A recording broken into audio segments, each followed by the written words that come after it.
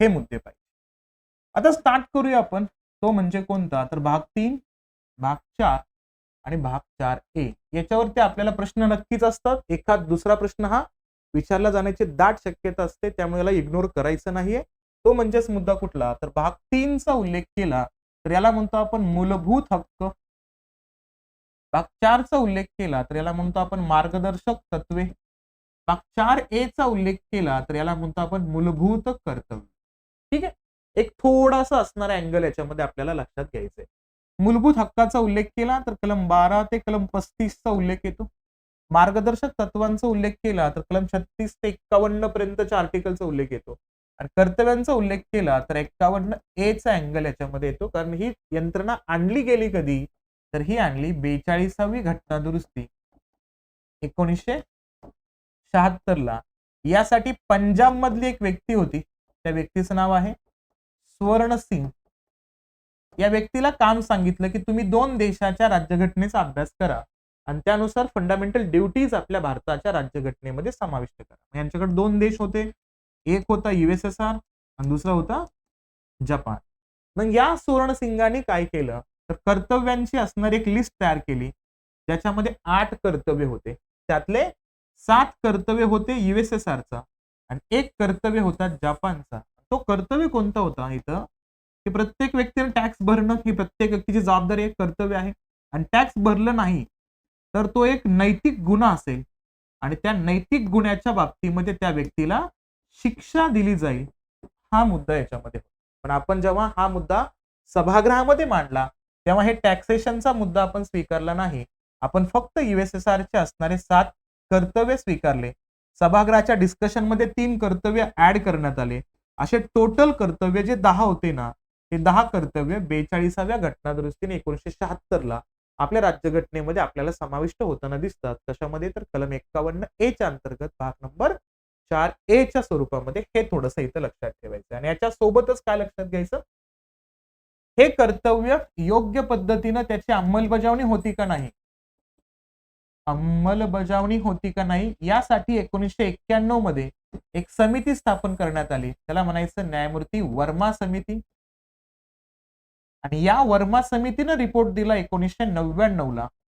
आणि रिपोर्ट मध्ये त्यांनी सांगितलं की बरेचसे असे कायदे आहेत, जे कायदे काय करतायत, तर ते कायदे आपल्याला कर्तव्यांची अंमलबजावणी करताना दिसतात. पण याच्यामध्ये 14 वर्षाच्या आतील बालकांच्या शिक्षणाचा संदर्भ या ठिकाणी मांडला गेला पाहिजे, अशी एक शिफारस या ठिकाणी देताना दिसतात न्यायमूर्ती वर्मा.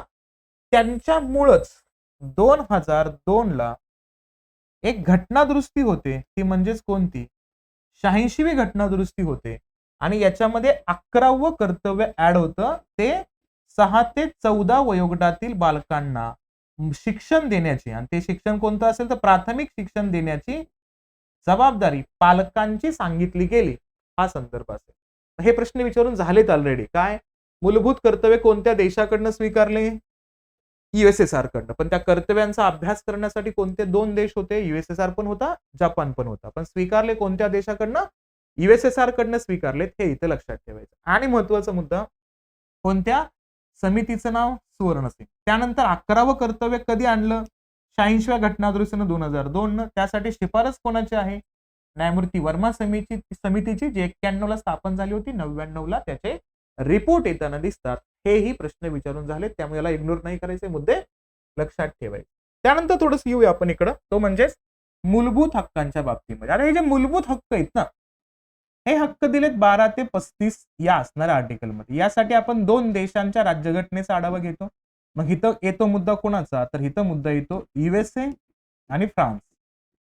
या दोन्ही देशांच्या राज्यघटनेच्या माध्यमातून आपल्याला कर्तव्य आपल्या राज्यघटनेमध्ये समाविष्ट होताना दिसतात. पण लक्षात घ्यायचं, मूलभूत कर्तव्याबद्दल 1928 ला मोतीलाल नेहरूंचा असणारा जो नेहरू रिपोर्ट आहे ना, तोही लक्षात ठेवायचा. कारण याच्यामध्ये एकूण 19 प्रकारच्या हक्कांचा उल्लेख केला होता.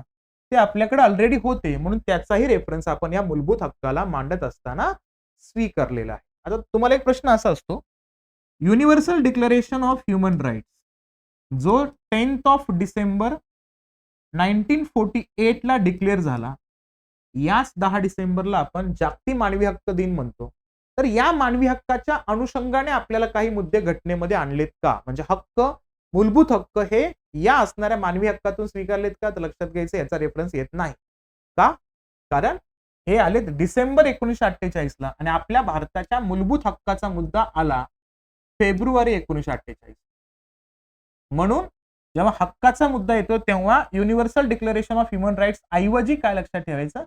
युएसए आणि फ्रान्सची नावं आणि नेहरूचा रिपोर्ट पण लक्षात ठेवायचा. पण या मूलभूत हक्कामध्ये असणारे जे विभाग आहेत ना, ज्याला काय म्हणूया आपण, जे आपल्याला विभागणी दिसते ना, 7 प्रकारच्या हक्कांची विभागणी, ते आपण या universal declaration of human rights नुसार तयार केलेत. म्हणजे याचा रेफरन्स घेऊन आपण विभागणी करताना दिसतो, हे इथं लक्षात घ्यायचं. याच्यामध्ये सगळ्यात पहिल्यांदा प्रस्तावना तर आहेच. म्हणजे सुरुवातीला माहिती दिली जाते कोणत्या 2 कलमामध्ये, कलम 12 आणि कलम 13च्या अंतर्गत आपल्याला ही माहिती या ठिकाणी दिसते, हेही लक्षात घ्यायचं. आणि नंतर पाहिलं तर संदर्भ येतो कोणाचा, तर या ठिकाणी येतो समानतेच्या हक्काचा. यासाठी रेफरन्स कुठला आहे? कलम 14 ते 18. नंतर येतात ते म्हणजेच काय, तर स्वातंत्र्याच्या हक्काचा रेफरन्स. यासाठी येतो कलम 19 पासून कलम 22 पर्यंतचे मुद्दे याच्यामध्ये येतात. नंतर येतो म्हणजेच कोणता या ठिकाणी, तर हा आहे पिळवणुकी विरुद्धचा हक्क, कलम 23 आणि 24च्या अंतर्गत आपल्याला येताना दिसतो. नंतर येतो कोणता, तर तो आहे धार्मिक स्वातंत्र्याचा हक्क, कलम 25 ते 28. आता सध्या हा मुद्दा गाजतोय, धार्मिक स्वातंत्र्याचा हक्क कोविड पासूनच गाजतोय, त्यामुळे हे खूप जास्त चर्चेमध्ये असतो, त्यावरती आयोग प्रश्न विचारतानाही दिसतो, ते लक्षात ठेवायचं. नंतर येतो तो म्हणजे कोणता, तर शैक्षणिक आणि सामाजिक स्वरूपाच्या हक्कांचा उल्लेख येतो कलम 29 आणि 30च्या अंतर्गत. नंतर येतो तो म्हणजेच कुठला, तर संपत्ती प्राप्त करण्याच्या हक्काचा उल्लेख येतो कलम 31 मध्ये. नंतर येतो मुद्दा कुठला, तर घटनात्मक उपाय योजनेचा हक्क या ठिकाणी येतो कलम 32 अंतर्गत.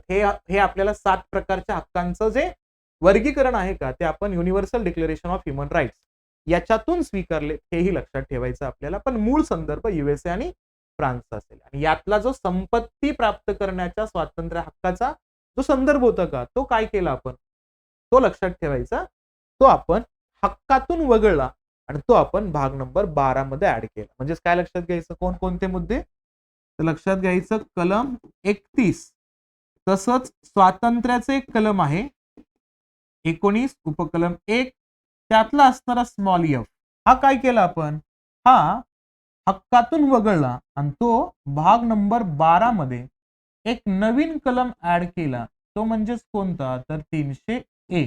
याला टायटल पण दिला आपण, संपत्ती, मालमत्ता आणि सूट. या टायटल अंतर्गत हे दोन्ही आर्टिकल आपण इथं समाविष्ट केले.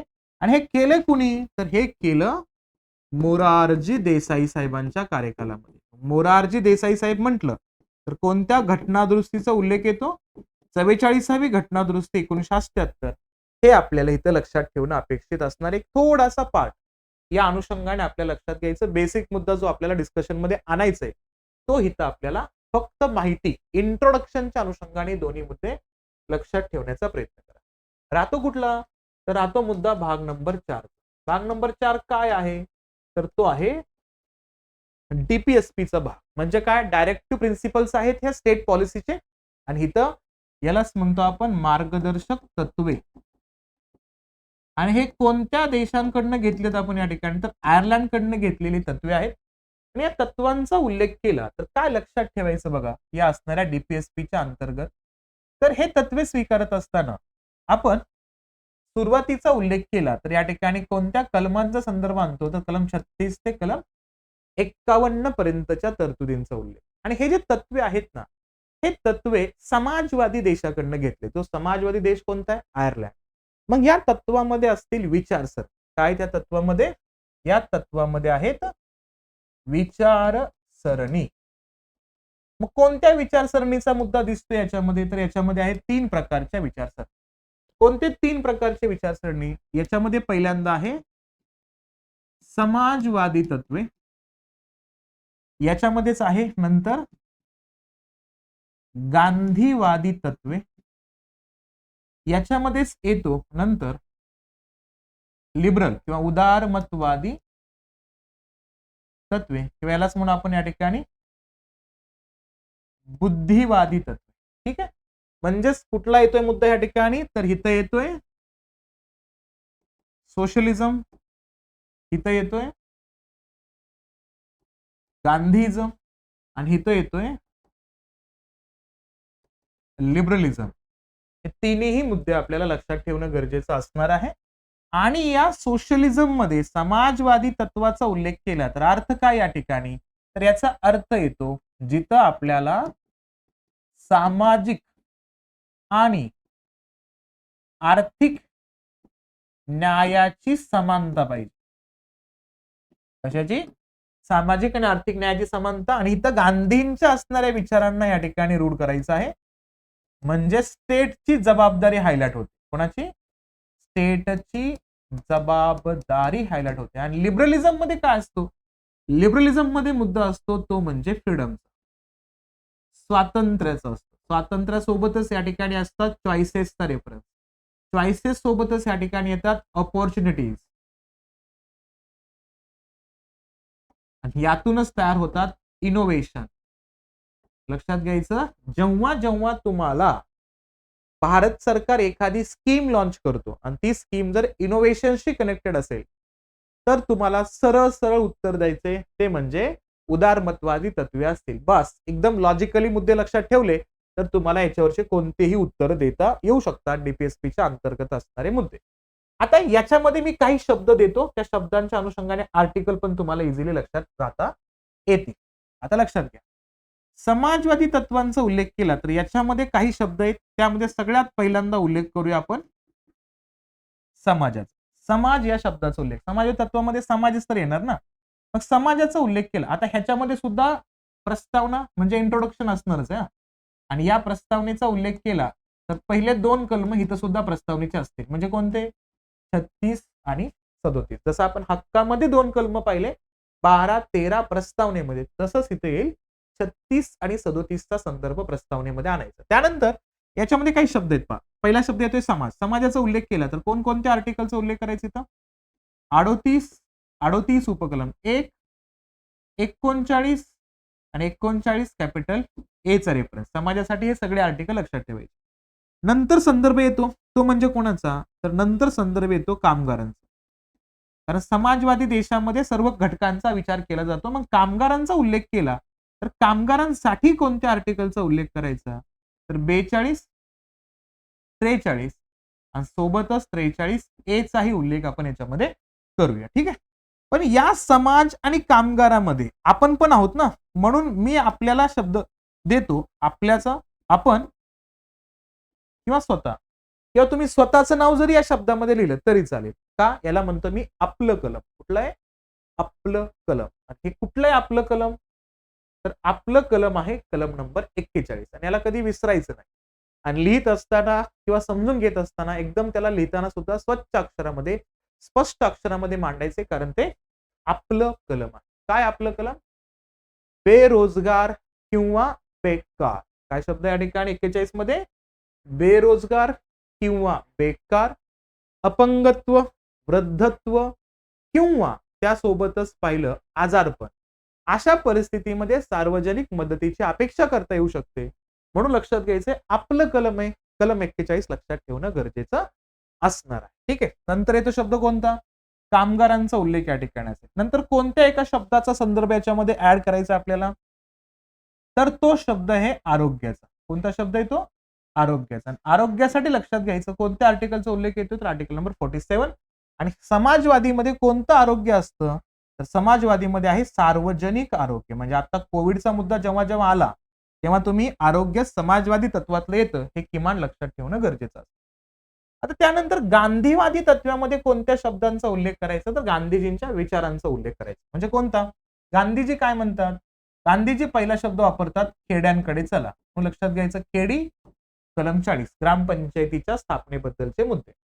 त्यानंतर गांधीजींच्या बाबतीमध्ये सगळ्यात महत्वाचा प्रतीक म्हणजे त्यांचा लघु उद्योग, चरख्याचा उल्लेख करायचा. उद्योग म्हटलं की या ठिकाणी येतात परत कामगार. कामगारांसाठी परत एक आर्टिकल येतं कलम नंबर 43. पण याच्यामध्ये अजून एक आर्टिकल ऍड करायचा 43 बी चा रेफरन्स सुद्धा आपल्याला याच्यामध्ये ऍड करायचा कामगारांच्याच अंतर. ठीक आहे. त्यानंतर महत्वाचा घटक येतो तो म्हणजे दुर्बल घटक. आणि या दुर्बल घटकांचा उल्लेख केला तर कलम 46. पण काही परीक्षांमध्ये दुर्बल घटक हा समाजवादी तत्वाचा सुद्धा भाग दाखवलाय, कारण त्याच्यामध्ये समाजच आहे ना. तर हा दुर्बल घटक तुम्ही हितही मांडू शकता, कलम 46 चा अँगल हितही तुम्ही देऊ शकता. तो गांधीवादीमध्ये तर असणारच आहे दुर्बल घटक. आपल्या भारतामध्ये दुर्बल घटक कोण आहेत? त्यांना वेगवेगळ्या प्रकारच्या सोयी सुविधा देण्याचा संदर्भ येतो आणि याच दुर्बल घटकांचे आयडेंटिफिकेशन होण्यासाठी आता आपल्याला सेन्सस लोकसंख्येच्या जनगणनेचा संदर्भ हा जातनिहाय करावा, त्यासाठी एक मुद्दे चर्चेमध्ये येताना दिसतात, तो संदर्भ घेतला. तर दुर्बल घटक आपल्या भारतामध्ये 3 प्रकारचे आहेत. कोणकोणते? राजकीय दुर्बल, आर्थिक दुर्बल आणि सामाजिक दुर्बल आपल्याला इथं दिसतात. तेही आपल्याला लक्षात ठेवायचे आहे दुर्बल घटक. त्यानंतर संदर्भ येतो याच गांधीवादीमध्ये तर आरोग्याचं. परत आर्टिकल 47 इथं पण 47 रिपीट होणार आहे. का लक्षात घ्यायचं? हे असेल कोणतं आरोग्य? तर हे असेल वैयक्तिक आरोग्य.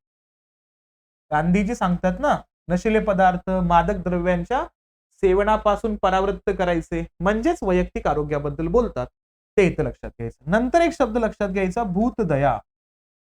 भूतदया म्हणजे प्राणी मात्रांवरती दया दाखवायचे, त्यासाठी आर्टिकल लक्षात घ्यायचं 48 चा. त्यानंतर उदारमतवादी आणि बुद्धिवादी तत्वांचा उल्लेख केला तर इथं पण काही शब्द लक्षात ठेवा. यामध्ये सगळ्यात पहिला शब्द परत येतो तो म्हणजे समाज. समाजाचा उल्लेख केला तर हा मुद्दा खूप गाजणार आहे. कलम नंबर 44 याला म्हणायचं युनिफॉर्म सिव्हिल कोड. समान नागरी कायद्याचा उल्लेख या ठिकाणी येतो आणि याचा संदर्भ आणला तर तो लिबरलिझमच्या अंतर्गत येतोय आणि त्यातला असणाऱ्या फ्रीडम, अपॉर्च्युनिटी, चॉईसेसचा रेफरन्स याच्यामध्ये मांडला जातोय, जिथं युनिफॉर्म सिव्हिल कोड आणल्यानंतर सगळ्यांमध्ये समानता, समान संधी देण्याचा मुद्दाही त्याच्यामध्ये हायलाइट केला जाईल. या सर्व समाजाला शिक्षण द्यायचं आहे म्हणून शिक्षण शब्द लक्षात घ्यायचा आर्टिकल नंबर 45 च्या अंतर्गत. कुठला? 45. यानंतर मुद्दा येतो तो कोणत्या शब्दाचा? तर इथं लक्षात घ्यायचं पर्यावरणाचा. पर्यावरणासाठी लक्षात घ्यायचं 48 आणि 48 मधला असणारा ए याच्यामध्ये लक्षात घ्यायचं. नंतर येतो कोणाचा? नंतर येतो शासनाचा. शासनासाठी लक्षात घ्यायचं आपल्याला कोणतं? तर आर्टिकल नंबर 49 चा रेफरन्स याच्यामध्ये लक्षात घ्यायचा. त्यानंतर सगळ्यात महत्वाचं कलम आहे की आपल्या भारतामध्ये स्वतंत्र आहे काय? न्याय व्यवस्था आणि कार्यकारी मंडळ. यासाठी पाहिलं तर कोणत्या कलमाचा उल्लेख आहे? कलम नंबर 50. आणि शेवटी आहे एक शब्द आंतरराष्ट्रीय शांतता. त्यासाठी कलम आहे कलम 51.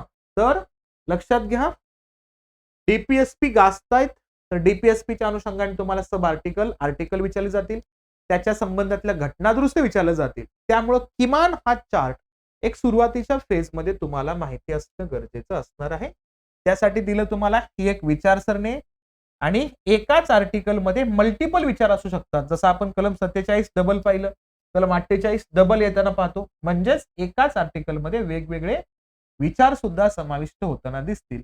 हा एक रफ डायग्राम आहे, एक रफ फ्लो चार्ट आहे, जो तुम्हाला डीपीएसपी ला हायलाइट करताना दिसतो. हे इथं लक्षात ठेवणं गरजेचं असणार. ठीक आहे, हा रेफरन्स आपल्याला चर्चेमध्ये आणायचा आहे. ओके. त्यानंतर आता परत त्या 3 भागामध्ये येतोय आपण या ठिकाणी. कोणता? हक्क, तत्वे आणि कर्तव्य. आता थोडस नीट ऐकायचं. हक्क हे यांचं स्वरूप कसं सांगतात, हक्कांचं स्वरूप कसं आहे आणि ते हक्क लागू कोणाला होतात. तसंच तत्वांचं स्वरूप काय आणि तत्व लागू कोणाला होतात. कर्तव्यांचं स्वरूप काय आणि ते कर्तव्य लागू कोणाला होतात. हा प्रश्न विचारला होता 2016च्या राज्यसेवेच्या मेन्सला. त्यामुळे हे पण थोडंसं लक्षात ठेवायचं. हक्कांचं स्वरूप आहे वैयक्तिक आहे, वैयक्तिक स्वरूपात. म्हणजे हक्क व्यक्तिगतरित्या लागू होतात आणि लागू कोणाला होतात तर हे भारतीयांना पण लागू होतात आणि परकीयांना पण लागू होतात. पण परकीयांना काही अपवाद आहेत जे त्यांना लागू होणार नाही. त्याच्यामध्ये आत्ताच काही आर्टिकल आहेत तेही मुद्दे लक्षात ठेवा. परकीयांना लागू होणार नाहीत कोणते मुद्दे? कलम 15, कलम 16, कलम 19 चा संदर्भ याच्यामध्ये त्यांना लागू होताना दिसणार नाही. यासोबतच कोणते मुद्दे? तर कलम 29 आणि कलम 30. हे किमान 5 आर्टिकल लक्षात ठेवायचे जे परकीयांना लागू होताना दिसणार नाहीत. हा रेफरन्स आपल्याला इथे लक्षात ठेवायचा आहे. ठीक आहे. सोबतच तत्वांचा उल्लेख केला तर तत्वांचं स्वरूप कसं असतं? तत्वांचं स्वरूप असतं सार्वजनिक. म्हणजे ते समूहाला उद्देशून सांगितलं जातात तत्व. आणि तत्व लागू कोणाला होतात? तर तत्व दोघांना लागू होतात. भारतीयांना पण लागू होतात आणि परकीयांना पण लागू. कर्तव्यांचा उल्लेख केला तर कर्तव्य कसे दिसतात आपल्याला? तर लक्षात घ्यायचं कर्तव्य हे वैयक्तिक पण असतात आणि सार्वजनिक सुद्धा असतात. आणि हे लागू कोणाला होतात? हे लागू होतात केवळ भारतीयांना लागू होतात ते लक्षात घ्यायचं. आता कसं? एक एक उदाहरण घेऊन आपण या ठिकाणी क्लिअर करूया. ठीक आहे. बघा, हक्काच्या बाबतीमध्ये पाहिलं तर एक उदाहरण घेऊ आपण. भाषण अभिव्यक्त करण्याचं स्वातंत्र्य व्यक्तीला आहे ना, म्हणजे बोलण्याचंही स्वातंत्र्य आणि त्याच्या पाठीमागचा हिडन मुद्दा न बोलण्याचंही स्वातंत्र्य त्या ठिकाणी त्यांना प्राप्त होतो. त्या अनुषंगाने हे दोन्ही मुद्दे आपल्याला हायलाइट करून लक्षात ठेवणं गरजेचं असणार आहे. हा पार्ट याच्यामध्ये असेल. ठीक आहे. वैयक्तिकपणे दोघांना लागू होतं. प्लस तत्वांचा उल्लेख केला तर इथं काय सांगितलं? एक्झाम्पल घेऊया. समान कामाबद्दल समान वेतन दिलं पाहिजे प्रत्येक असणाऱ्या स्त्री पुरुषांच्या बाबतीमधले असणारे मुद्दे या ठिकाणी असणार आहेत. हा अँगल याच्यामध्ये असणार आहे. ठीक आहे. आता बघितलं तर इथं लक्षात घ्यायचं जेव्हा आपण समान काम समान वेतनाचा उल्लेख करतो तर ते एकाच व्यक्तीसाठी आहे का? वैयक्तिक नाही. ते सगळ्यांना होणार आहे. म्हणून सार्वजनिक पद्धतीने हे लागू होताना दिसतात. तर त्याचं स्वरूप आपल्याला सार्वजनिक दिसतंय लक्षात ठेवायचं. आणि इथं कर्तव्यांचा उल्लेख केला तर स्वतःला सर्वोच्च स्थानावरती न्यायचंय. म्हणजे ज्या क्षेत्रामध्ये आपण काम करतोय त्यामध्ये सर्वोच्च स्थानावरती न्यायचंय. पण हे नेत असताना सार्वजनिक संपत्तीचं नुकसान पण करायचं. म्हणजे याच्यामध्ये दोन्ही मुद्दे येतात. वैयक्तिक विकासाचाही संदर्भ याच्यामध्ये येतो. प्लस आपल्याला दिसतो मुद्दा कुठला? तर तो सार्वजनिक स्वरूपाचाही दिसतो. म्हणून लक्षात घ्यायचं स्वरूप काय आहे आणि ते लागू कोणाला होतं? हा एक महत्वाचा मुद्दा इथं आपल्याला लक्षात ठेवणं गरजेचं आहे. आणि याच्यामध्येच पाहिलं तर तुम्हाला अजून 3 शब्दांचा उल्लेख खूप महत्वाचा येतो. तो म्हणजेच काय? की हक्क, तत्व आणि कर्तव्यामध्ये आपल्याला न्यायालयीन पुनर्विलोकन प्राप्त होतो का? किंवा याच्यामध्येच आपल्याला न्यायालयीन सक्रियता प्राप्त होताना दिसते का? इथंच एक शब्द ऍड करायचा. याच्यामध्येच न्यायालयीन अधिष्ठानही प्राप्त होतो का? काय आहे तिघांचा अर्थ पहिल्यांदा बघूया. त्यानंतर ह्या चार्ट वरती 100% प्रश्न केलेला आहे त्यामुळे हे विसरायचं नाही. काय नीट आहे का? न्यायालयीन पुनर्विलोकन म्हणजे काय? म्हणजेच म्हणतो आपण इथं ज्युडिशियल रिव्ह्यू. काय म्हणतो याला आपण? Judicial review. न्यायालयीन पुनर्विलोकनाचा मुद्दा. म्हणजेच काय? आपण अर्थ बघितला अगोदर सुद्धा की कायदा तयार करण्याचा अधिकार आणि जेव्हा हा कायदा तयार होतो त्यानंतर बघितलं तर प्रत्यक्षात त्या कायद्याची योग्यता म्हणजे सत्यता पडताळून पाहण्याचा जो हायकोर्ट आणि सुप्रीम कोर्टाचा जो अधिकार आहे का त्या असणाऱ्या अधिकाराला आपण न्यायालयीन पुनर्विलोकन म्हणतो. जो अधिकार आपण युएसए कडनं घेतलेला आहे. नंतर येतो मुद्दा कुठला? न्यायालयीन सक्रियता. आता न्यायालयीन सक्रियता काय असतो? ज्याला म्हणतो आपण या ठिकाणी ज्युडिशियल ऍक्टिव्हिजम. काय म्हणतो याला आपण? ज्युडिशियल ऍक्टिव्हिजम म्हणतो. म्हणजेच काय? की न्यायालय बऱ्याच वेळा केंद्राला राज्यांना सजेशन देत असतो पा एखाद्या मुद्द्यावरती. म्हणजे त्यांना डिसिप्लिनरी ऍक्शन करत असतो. म्हणजे काय करायला पाहिजे काय नाही करायला पाहिजे याबद्दलचे तत्व सांगतो, गाईडलाईन करतो. तेव्हा जेव्हा न्यायालय असं स्वतःचं काम दाखवतो ना आणि तो केंद्राला आणि राज्यांना गाईडलाईन देतो किंवा त्यांना गाईड करतो तेव्हा त्यांची ऍक्शन असते न्यायालयीन सक्रियतेची. आणि न्यायालयीन अधिष्ठान म्हणजे काय? न्यायालयीन अधिष्ठान म्हणजे याला म्हणतो आपण या ठिकाणी ज्युडिशियल रिस्पॉन्सिबिलिटी.